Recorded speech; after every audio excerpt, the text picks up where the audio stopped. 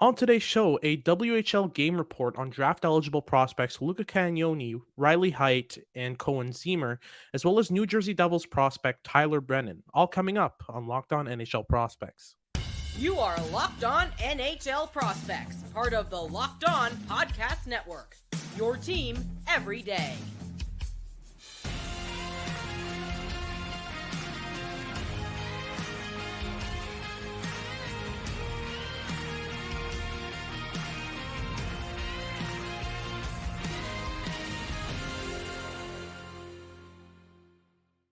Hello and welcome back to Locked On NHL Prospects, part of the Locked On Podcast Network, your team every day. On this podcast, I break down everything prospects related for you 5 days a week, Monday to Friday. I'm Hattie Kalakash. I'm a scout and prospect analyst across multiple platforms, including this one.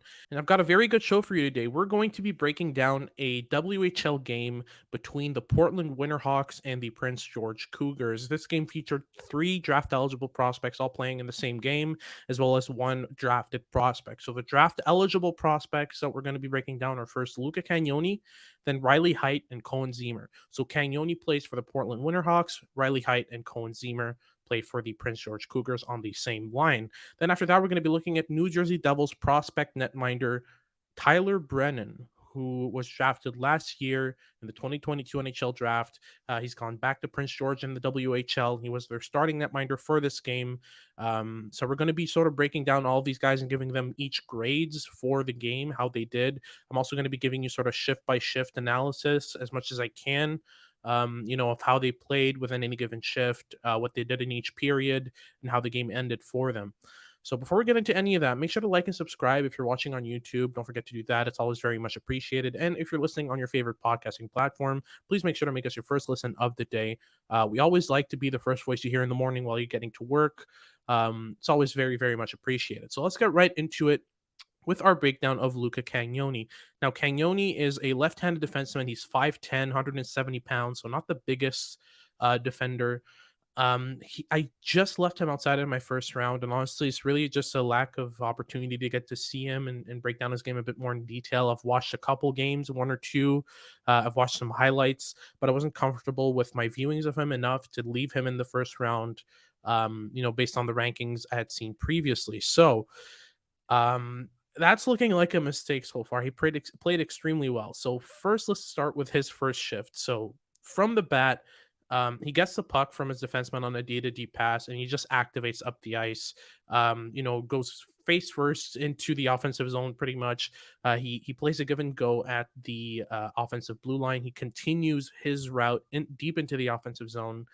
And then the puck goes the other way eventually, and he's already the first man back. He uses his stick positioning and his body positioning really well to disrupt the one-on-one and create a loose puck that goes behind him. But because of his slow pivots and his poor footwork, he wasn't able to get back on time to retrieve or even challenge for a puck battle with the forward. So it was an easy puck retrieval in the offensive zone for the opponent. So we saw a bit of the good and a bit of the bad within maybe 30 seconds of the game starting with Luca Cagnoni. Also of note, he was starting the game as the top defenseman, on the top pair for the Portland Winterhawks. He was there from the bat. But then it's second shift. He gets the puck in the neutral zone. He creates a great inside out move to create some space for himself in the neutral zone. He gets the offensive zone, and then he uses his passing threat as sort of a decoy and then takes a really good shot on net, but it was deflected wide by Tyler Brennan, the netminder of the Prince George Cougars. So it was very obvious that he was trying to create offense by using different tools and not just relying on a big slapper from the point or something like that. He does try to get deeper in. That was really obvious in this viewing. Then the third shift that he had, he was a power play quarterback because the Prince George Cougars had taken a penalty, and that's where his smarts really started shining in this game. So when he has time and space in front of him, when he's got everyone in front of him, and he's manipulating the puck at the point, it's just so obvious how smart he is. But he did take a lot of shots. There were opportunities to dish out a bit more, and he was still sort of taking shots, trying to throw shots through traffic. So I don't think it was a decision making issue. I think he was seeing shooting lanes and wanted to be opportunistic with it. It might also have been a tactical thing with the Portland Winterhawks where they want their defensemen to take shots and they're forced to converge on net. You see that a lot. Later in the first period, Luca Cagnoni comes up against Koehn Ziemmer, in the corner in his own zone, and he challenges Koehn Ziemmer physically. If you don't know, Koehn Ziemmer is 6 foot, 194 pounds. He's a big guy. And what ends up happening is, even though Cagnoni's the one who sort of engaged in the battle and threw himself at Ziemmer, it's Cagnoni that went flying. So it's still obvious that there are issues with his physicality. He gets tossed around pretty easily, and that was a good example of that. He ended up on the ice when he was challenging the hit. Um, then you move on from there, and at the end of the first, Cagnoni was on the top power play again. He moved the puck extremely well again. He started a breakout, which led to a goal for the Portland Winterhawks. He carried the puck out of the defensive zone, made a smart pass to his right to a forward who just held on to play and let his teammate pick up the puck, and that led to a goal. So that was very interesting from Cagnoni as well. Then in the second period, kind of came out of a shell, and there were a lot of opportunities for the Prince George Cougars on the power play. So Cagnoni was actually out there on the penalty kill a lot. And what's obvious with him on the penalty kill is he keeps scanning, he keeps mapping the ice, keeps trying to understand what's going on around him and identify threats, and that's a really, really useful thing. Again, Cagnoni's just so intelligent, and part of that is his scanning habits. You need to know what's going on around you in order to be smart enough to make the right decisions, and that was an obvious threat with Cagnoni, who was constantly putting his stick in lanes and making plays defensively that contributed to his team's breakouts, to dumping the puck and all that. Later on, there were two huge chances against Portland by the Prince George Cougars with Luca Cagnoni on the ice, and he wasn't at all in good position to intervene. He had tried to step out to create some offense, try to step out from the structure, and it just didn't work out for him. And then later on in the second period, near the end of it, he actually ends up pinching in the offensive zone and actually ends up circling around the opposing net. He pops up on the other side, then he spins and puts a puck on net, which led to two high danger chances for the Portland Winterhawks. So he was really fearless in the offensive zone. And that really showed in that little snippet. Where he was in the offensive zone, pinching, creating offense, not hesitating to go around the net. For a defenseman, that's really not bad. Then in the third period, there was a moment. You remember when I said earlier that he met up with Koehn Ziemmer behind his own net and ended up flying away because he engaged in a puck battle he wasn't ready for. Well, this time he catches up with a streaking Koehn Ziemmer who's just making a run for the offensive zone. He catches up on him defensively and absolutely bodies him. He threw him on the ice, gets the puck, plays it out. So learned from his mistake and learned a better way to get Koehn Ziemmer off balance, and that was a really impressive play for me. I saw, he made a mistake. He and now he knows the player. So now that he knows what he's up against, he was able to come up with a plan to come away with the puck the next time he came up against him. That worked out great. Then Cagnoni was on the penalty kill for a 5-on-3 against, blocked a couple shots. The bench erupted in cheers when he blocked those two shots. He had outstanding defensive awareness and selflessness throughout that whole shift. Later on, when the first penalty expired, he worked the puck out single handedly outside of the defensive zone. And then in the end game, that's where it got interesting. In the last 2 minutes of the game, Cagnoni, I don't think stepped off the ice. He stuck with Koehn Ziemmer on his own entry, matched his footwork and closed the gap and managed to prevent his own entry. He poke checked the puck out of the defensive zone twice with 2 minutes on the clock. He dumped the puck out down the ice with about a minute left on play, and it was just weighted well enough in order to not create an icing when the team was down 6-on-5. And then he blocked a Riley Heidt pass with 45 seconds on the play, and that sent his team the other way, and they managed to score on an empty netter. So that was a really, really impressive viewing of mine from Luca Cagnoni, and the amount of different assets in his game really sort of solidified him in my mind as a bona fide first round pick. I don't think he's going to be slipping out of the first round anytime soon. So my grade for Luca Cagnoni in this game is an A minus. There were some moments of physical weakness. There were some moments where his pivoting, his skating weren't ideal, but his brain, his intelligence more than compensate for his physical limitations. So he warrants an A minus on this game. Now we're going to get into Riley Height's performance right after these messages. Do you like betting? BetOnline.net is your number one source for any wager that interests you. From the NFL to the NBA to the MLB, and even NCAA football, UFC, golf, anything you like, they have you covered. You can find all the latest player developments, team matchups, news, podcasts, and in depth analysis on every game on their website or app. They're, of course, a great source for all of your sports wagering information with live betting so you can keep up with bets as they unfold. They've got up to the minute scores for every sport out there. They're the fastest and easiest way to check in on all of your favorite games and events. Head to the website today or use your mobile device to learn more. Bet online, where the game starts. All right, so moving on to Riley Heidt. Riley Heidt is my 12th overall pick in the first round of my December rankings. 5'11", 179 pounds. He's a left-handed center. Um, Played a lot in this game in all scenarios, but mainly in offensive scenarios, offensive zone faceoffs, all that stuff. So from the first shift, he was also the along with Luca Cagnoni and Koehn Ziemmer, they were the first units for each of their teams on the ice, so they were part of the play from the bat. On his first shift, he absorbed a big hit, and then he zipped around the ice constantly with energy and pace, creating good forechecking pressure, pinning players along the boards. I really thought that Riley Height's forechecking was the best forechecking play in this whole game amongst all prospects. He was genuinely that good in forechecking scenarios. His playmaking was also on display when he hopped on for his second shift of the game. He made a great lifted pass onto Koehn Zimmer's stick in transition. He skated into open ice, and Koehn Zimmer did as well, but Zimmer lost the puck, and that created a turnover for the opposing team. So he's driving a lot of play, especially in transition, creating little lanes to the net by creating small passes into areas, skating to the middle, opening up space behind defenders, drawing them in. That was really impressive. And then on his third shift, it became a 5-on-3 power play for the Prince George Cougars. Um, his team scored. The power play continues. I don't think he contributed to the first goal. But after the power play continued, it was really impressive to watch Riley Heidt work the puck around, drive play on the power play, be the sort of dictator of where the puck ends up. He was constantly sort of determining for his team what the angle of attack would be. Then later in the first round, he sent his teammate in for a breakaway with a smart pass, and that became something I've never seen before, a delayed penalty shot.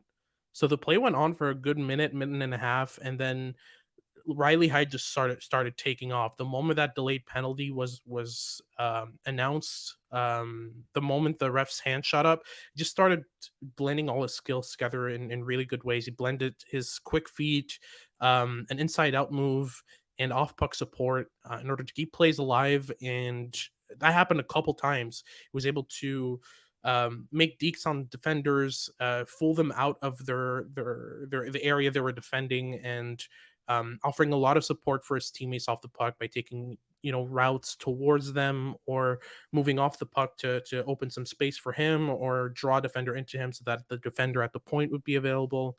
It was really impressive to see him go about it. And then in the final 30 seconds of the period, Height started pushing the pace even more. He played a great zone entry pass to Koehn Zimmer, and they both tried to create some last minute offense for the team by just pushing the pace real hard and seeing what they could produce. And it was not fruitful. So they went into the first period tied at 1-1. Then in the second period, almost immediately, Riley Hyde drew a penalty, and after drawing the penalty, he kept play alive by getting right back up and offering support to his teammates. His teammate picked up the puck after he lost it on, I believe it was a trip, and he started supporting his defenseman off the puck, cycling high, funneling down, and then on the ensuing power play, he went right back to doing what he does best, which is work pucks around really well, use his playmaking to his advantage, and create offense that way. Then midway through the second period, he got a hard pass in the slot. His defenseman Ethan Sampson threw a slap pass right on his stick after he sort of dug a puck out in the offensive zone, and then played it to his defenseman. The puck cycles around. Meanwhile, while the defensemen are exchanging the puck, Height sneaks into the slot, receives that slap pass. It doesn't even stop the puck.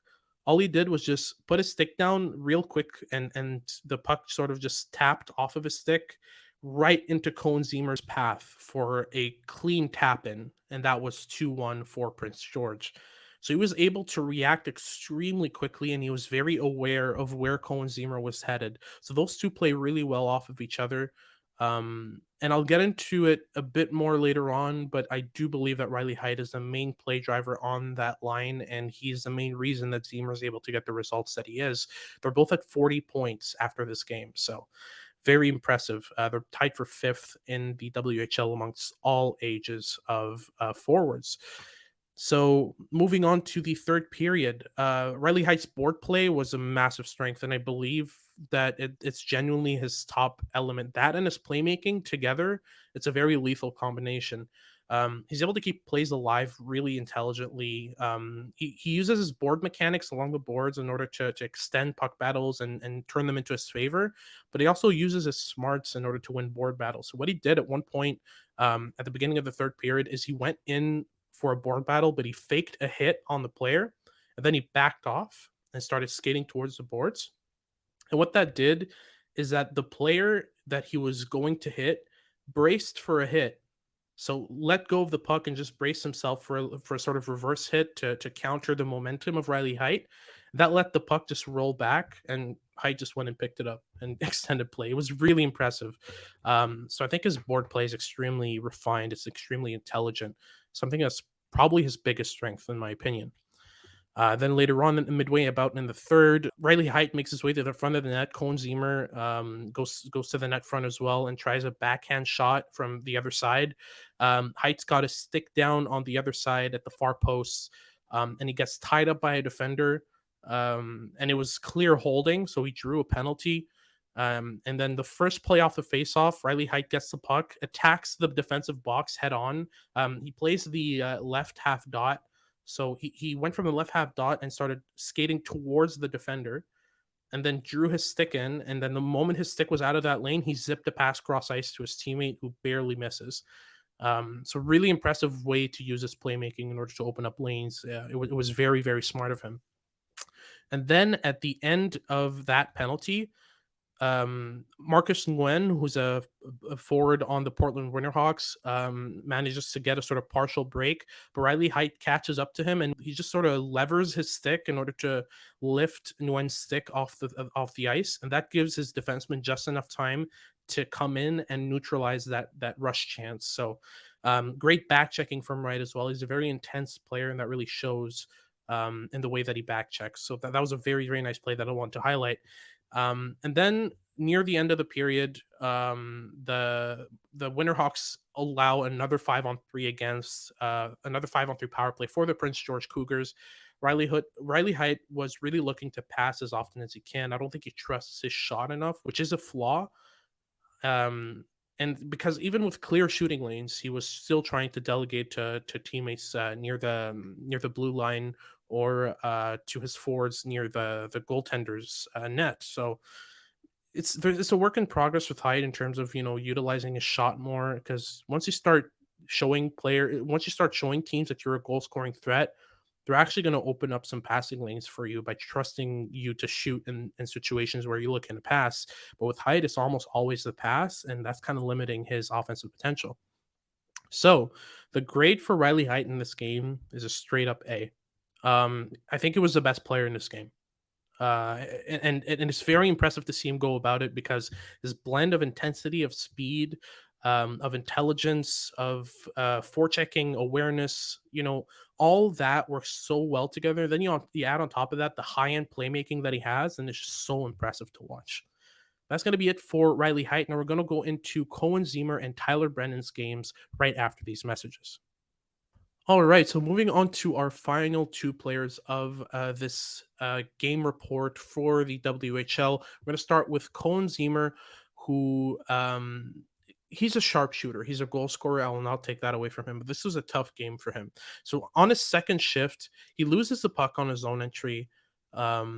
And it was just an instant killed play. The moment the puck got on his stick, there was really nowhere for him to go, and he didn't have the inside driven mindset or the dare to be able to do something with the puck once he had it at the blue line. He lacks that separation speed and deceptiveness on the puck, and that sort of made it difficult for him to create space for himself or drive play off his stick. So he's a very good finisher. You pair him with a good playmaker, he's going to find space off the puck extremely well, get shots off. But it was pretty obvious from the first or second shift in this game that this was going to be a player who, if he gets some goal scoring chances, is because he's good at moving off the puck, finding space, and shooting quickly. In his third shift, he gets a point blank chance on the power play, down low near the goal line.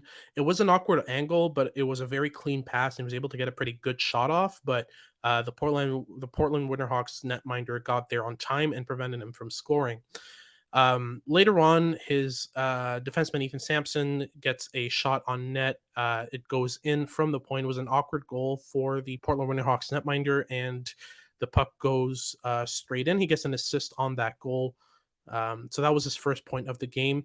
Later in the first round, as I mentioned, Luca Cagnoni challenges Koehn Ziemmer physically, and Cagnoni just bounces off him. So Ziemmer's already a very physical guy, even for his age. Again, 6 foot, 194 pounds as a 17, 18-year-old. He's already up there in terms of the most physical players, or physically developed players in this draft. Later on, Koehn Ziemmer tries to advance play off the rush. His delay was just all sorts of wrong. He hung on to the puck well. He drew the player in. When it came to executing, he just shot the puck right into the opponent's shin pads. The puck goes loose. It's a turnover.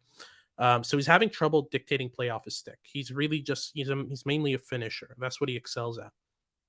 In the second period, it kind of unlocked for him a tiny bit. He used his off puck positioning to free himself from his defenseman in front of the net, and then that was the play that Riley Heidt just tapped the puck into his range for a clear tap in. Again, he did a great job of moving off the puck in order to find space, in order to get open for that chance, for Riley Heidt to play him a pass. But without Riley Heidt, that play doesn't happen. It's not a play that was primarily driven by Koehn Ziemmer. And I think you put anyone there in that position with that clean of a play, and they would probably score. So it was kind of difficult to give the credit to Ziemmer for this goal, and that's why production is a lot less important than projectable elements in a player's game when scouting them. If you look at score sheets, you're going to miss some details like this, and I'm sure there were a lot of them with Ziemmer. There already have been the 4 or 5 games that I've watched them both. I've noticed Ziemmer being a lot more of a passenger on its line in terms of transition and all that. So that was definitely obvious in this game. Later on, Koehn Ziemmer got absolutely bodied off the puck by Luca Cagnoni. That was a play I mentioned earlier with Cagnoni. It's not a good look for Ziemmer. He's got 2 inches on the guy, and a good 30 pounds on him. It's not supposed to happen. It was really poor body positioning and puck control that sort of left him, extending towards the puck rather than, he was kind of reaching for the puck, and Cagnoni hit him with an easy push. He was caught in a vulnerable position, which was completely avoidable if he had just skated harder towards the puck rather than trying to extend his stick, extend his body. It was a very avoidable scenario for Koehn Ziemmer. Then midway through the third, he tried a sort of very intelligent backhand pass to the slot. He got the puck on a cycle. He catches it off the boards. He turns around and then delays on the backhand as if he's going to pass it low to high to his defenseman. But he waits for his teammate to hop into the slot to pop open, passes it to him on the backhand with a slick play, and the one timer doesn't connect with the net. But that was a very intelligent play by him. And then the play after that was when he popped up on the other side of the net and tried a backhand shot, and Riley Heidt had the stick on the ice and got tied up. So that was a decent sort of chain of plays. I think his playmaking is a bit underrated. I did like what I saw in terms of his playmaking habits. Once he does get in the right positions, he does a bit more than just finish. I think his distribution is pretty good, so that was promising to see. But overall, I give Koehn Ziemmer a B minus. There were some good flashes, some interesting things, but overall, there was a lot of work to be done in Ziemmer's game in order to sort of have him drive a line and create offense off the rush. He's very easy to contain off the rush. It was extremely easy as well for Luca Cagnoni, who played most of his time against that line, that top line for the Prince George Cougars, and you know he should be bodying these guys, outworking them, out muscling them easily, but it's just not happening. So it kind of limits his grade. So then finally, we go to Tyler Brennan, the New Jersey Devils prospect from the 2022 NHL draft. He was drafted in the fourth round, 102nd overall by the Devils. He's a netminder, 6'4", 180 pounds. He does have some weight to put on, but I really like this game. The only thing is the first shot that he let in was really poor. It was kind of a wayward shot from the wall, kind of high up on the wall by a defenseman on the Portland Winterhawks, which just snuck its way through him. Um, what I liked is right after that, the Winterhawks were kind of peppering the Cougars with shots, and what I like is that his stick is very active. He doesn't sort of just sit back in his crease and not try to disrupt play. If the puck is in the low slot and there are sticks in the way, he tries to get his own stick in there, try to disrupt play, intercept passes that go cross ice, that kind of thing. It was really impressive to watch him go about it. At the start, he was very jittery. There was a little control in his game. Really, he was just trying to stop pucks.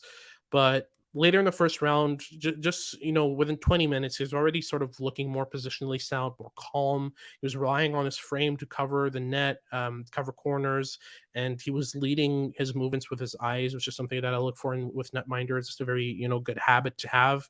His anticipation, his positioning, it gets him in the right angles early. He stopped multiple 2-on-1s, 3-on-1s in this game with spectacular saves, post to post movements that, he seemed always in control after that first goal.